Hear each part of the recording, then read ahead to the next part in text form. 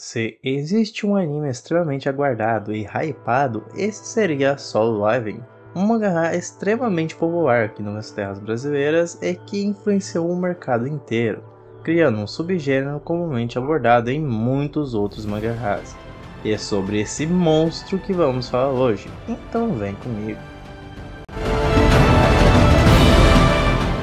Salve irmãos, Guion aqui para mais um vídeo extremamente duvidoso e hoje vamos falar dele, a lenda fundadora de uma religião de fanáticos, Solo Leveling, que finalmente ganhou um trailer animado e sua data de estreia que foi adiada, para tristeza de muitos, porém um adiamento quanto bem utilizado é sempre bem-vindo. A última coisa que precisamos é uma animação porca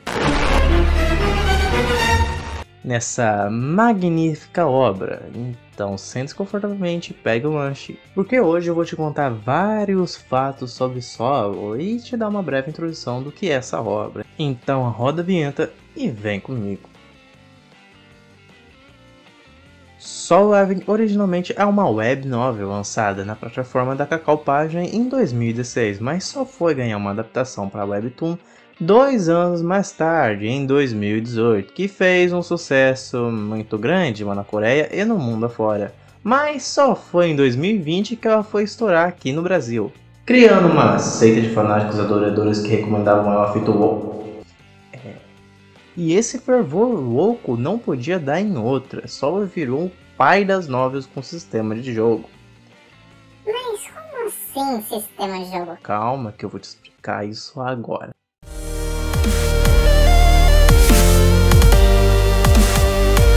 Basicamente, um dos atrativos e principais pontos da obra são o fato do mundo de Solo se assemelhar muito com o mundo de um jogo, com dungeons, monstros, magia e a cacetada toda. O que as pessoas adoram, fazendo assim a obra vender horrores, causando uma nova onda de mangás que se inspiraram nele. Sério, até hoje é muito comum ver mangás que basicamente têm a mesma premissa de Solo. Tem muitos mesmo assim hoje em dia.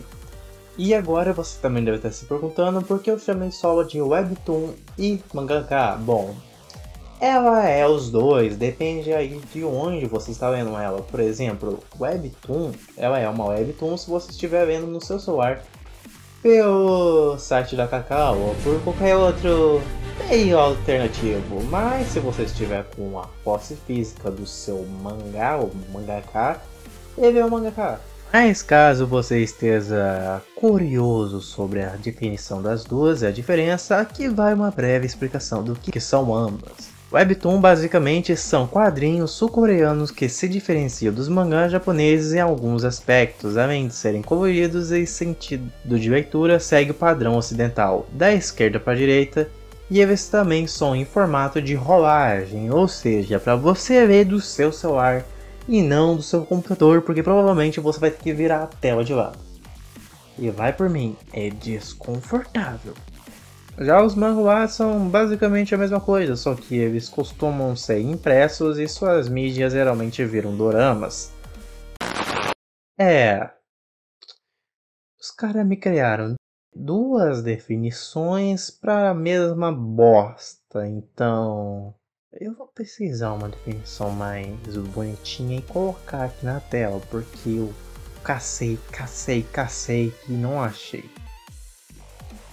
Em suma, a maior diferença entre os dois é que um é impresso, o outro não, e normalmente o mangaka também tem mais chance de virar um dorama, um live action. Então, pelo fato de Solo ser originalmente uma webtoon, porque em primeiro ele foi postado no site da Kakao, ou seja, era uma mídia digital para o efeito de rolagem, para você ver no seu celular, e mais pra frente ele ganhou sua versão física, que digamos que até hoje está saindo, então ele pode ser considerado sim parte dos dois.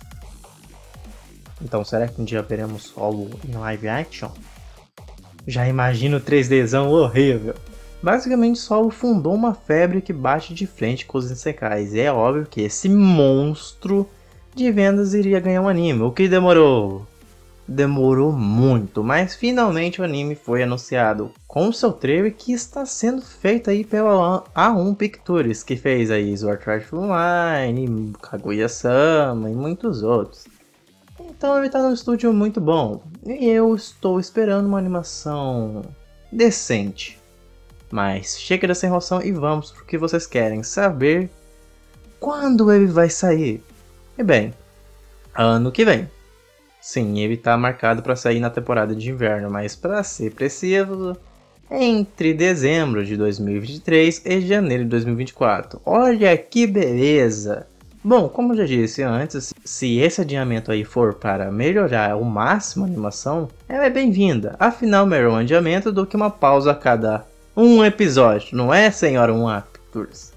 Agora vamos para uma breve introdução da história, para aqueles que não viram ainda, lembrando que eu não posso mostrar muitas imagens pelo fato da Cacau ser uma lazarenta que sai dando strike à torto e direito. Então vamos lá.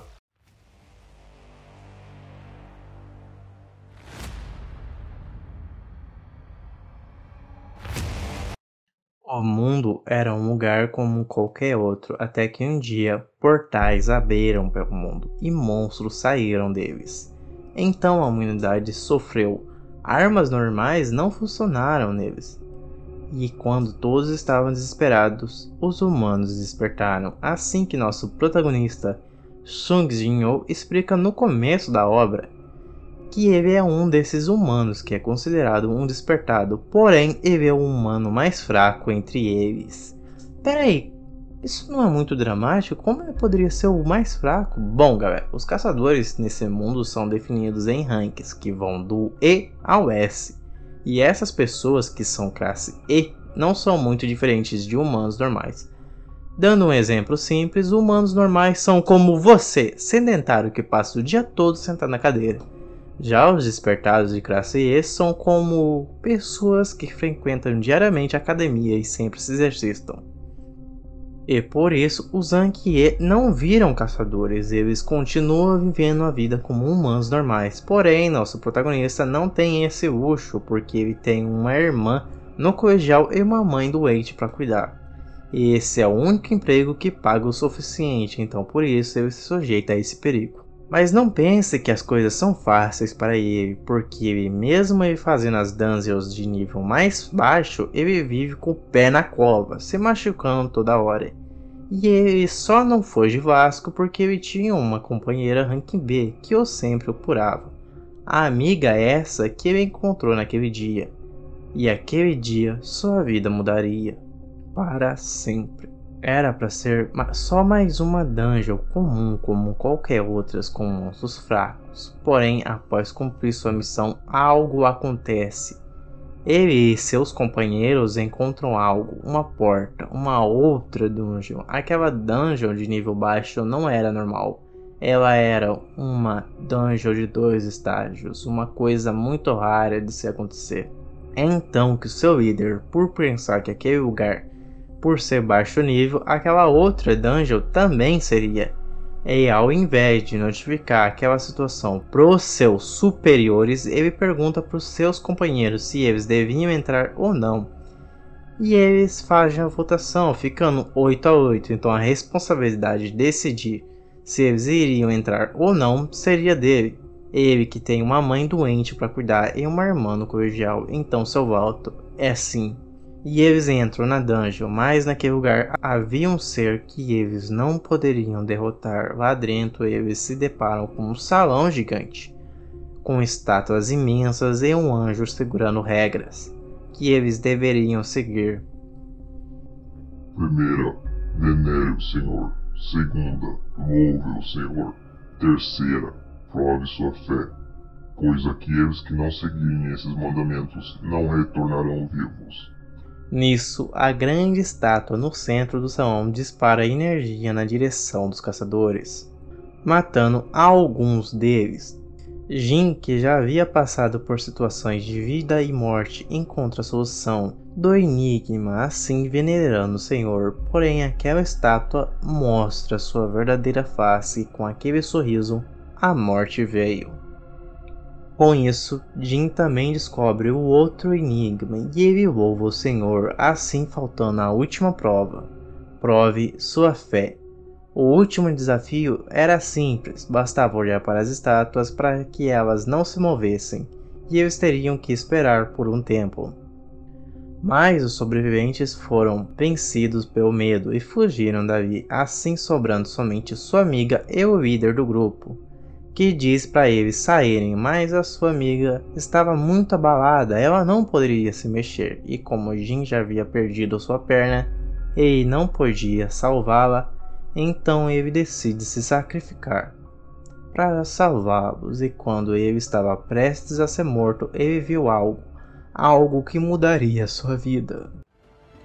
Você completou todos os requerimentos necessários para a quest secreta A Coragem do Fraco. Você adquiriu o direito de ser um jogador. Você aceita? Sim. Naquele dia, uma lenda nasceu. Bom, é isso. Essa foi uma pequena preview do que pode acontecer no primeiro episódio. Foi pouco, mas eu vou estar trazendo muito mais conteúdo de solo aqui no canal. Então já se inscreve para mais. Para ajudar a gente a bater aquela metinha lá dos 1000 inscritos. Se gostou, não se esqueça de deixar o like. E se não, deixa aí nos comentários o que você não gostou, pra gente estar assim melhorando o conteúdo aqui no canal. E é isso, muito obrigado por assistir mais um vídeo duvidoso, até uma próxima, fui!